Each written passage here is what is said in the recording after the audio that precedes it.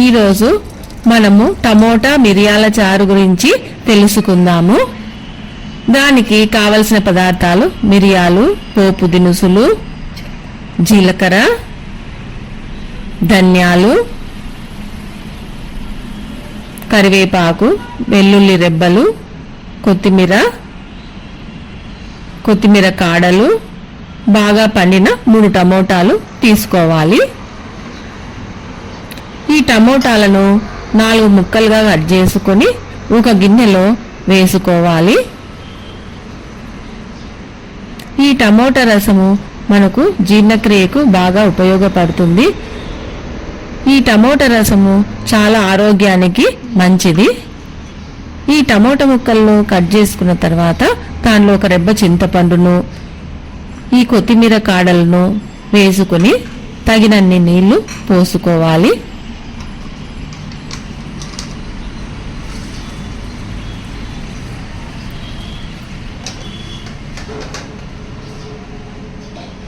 నీళ్లు పోసుకున్న తర్వాత స్టవ్ మీద పెట్టి ఒక 10 నిమిషాలు బాగా మరగనివ్వాలి. ఈ టమోటా రసము మరిగేటప్పటికి మనము ఒక చిన్న రోలులో తగినన్ని మిరియాలు, జీలకర్ర, ధనియాలు,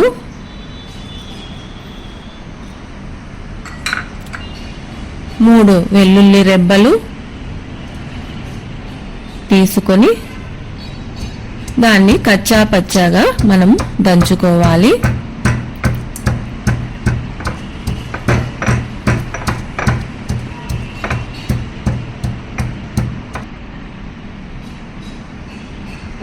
ఈ కచ్చా పచ్చాగా దంచుకునే మిరియాల ముద్దను ఒక బౌలులో తీసుకొని పక్కన పెట్టుకోవాలి.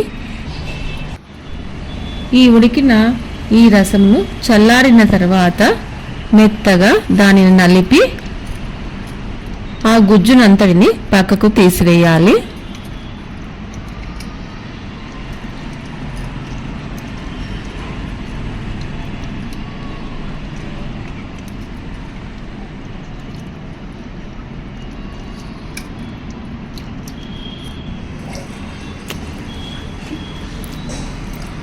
తర్వాత దీనిలో తగినన్ని నీళ్లు పోసుకోవాలి.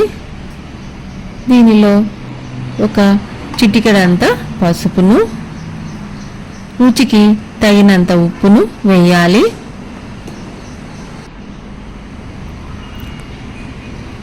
దీనిని మరలా స్టవ్ మీద పెట్టి కొద్దిసేపు మరగనివ్వాలి. దీనిలో మనం కచ్చా పచ్చాగా దంచి పెట్టుకున్న ఈ మిరియాల ముద్దను కూడా వేసి గరిటెతో ఒకసారి కలపాలి. కలిపి కొద్దిసేపు మరగనివ్వాలి.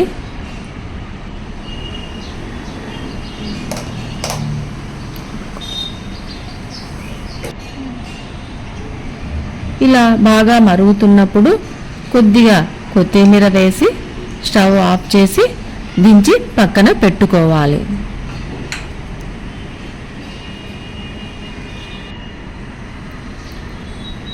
ఈ టమోటా రసంలో పోపు కోసము ఒక పోపు గరిటె తీసుకొని దానిలో ఒక స్పూను నూనెను వేసి దానిలో ఈ జీలకర్ర, ఆవాలు, పోపు దినుసులు వేసుకోవాలి.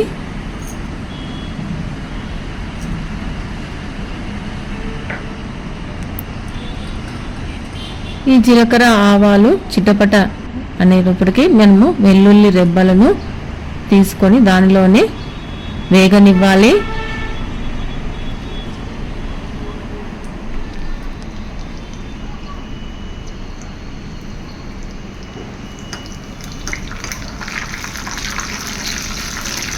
ఈ వెల్లుల్లి రెబ్బలు, ఆవాలు, జీలకర్ర అంతా బాగా వేగనిచ్చిన తర్వాత దానిలో